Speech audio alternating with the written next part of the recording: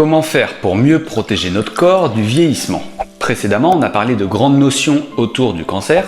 Alors aujourd'hui, on va aller plus loin en parlant de stress oxydatif. Pour simplifier, tous les jours, les cellules de notre corps, elles reçoivent différentes agressions.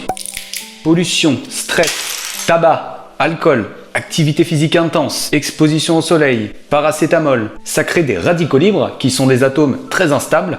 Et pour se stabiliser, ça crée des dégâts à l'origine du stress oxydatif. Imagine ton corps comme une machine. Tous les jours, elle est utilisée, mais si on l'entretient mal, elle va rouiller beaucoup plus vite.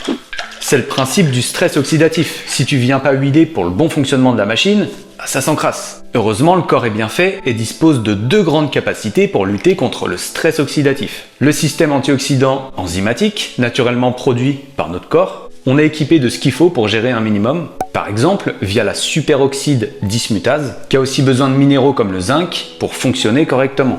Puis le système antioxydant non enzymatique, là où l'alimentation intervient, pour apporter les éléments nécessaires, et là on a vraiment la main. Ce qu'il faut comprendre, c'est que ces antioxydants via l'alimentation vont neutraliser ces radicaux libres pour que tout rentre dans l'ordre. À partir de là, c'est comme un bouclier qui vient fortement limiter le risque de déstabiliser l'ADN des cellules, donc moins de risque de pathologie. Et ouais, c'est pas pour rien qu'on vous dit de manger 5 fruits et légumes par jour, étant les principales sources d'antioxydants. Et c'est un minimum, à savoir 400 grammes par jour confondus entre fruits et légumes.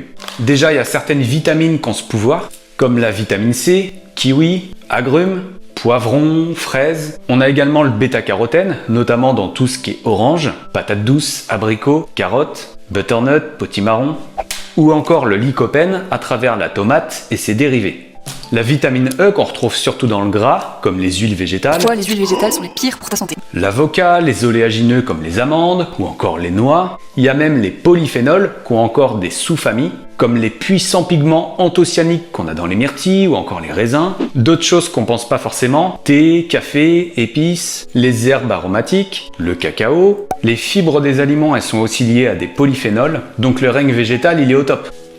On en a même dans les produits complets, les légumineuses comme les lentilles. Pour aller plus loin sur le sujet, je vous mets une référence sympa qui classe les aliments selon leur teneur en polyphénol ou antioxydants. Mais globalement, il faut retenir l'intérêt de végétaliser davantage son alimentation.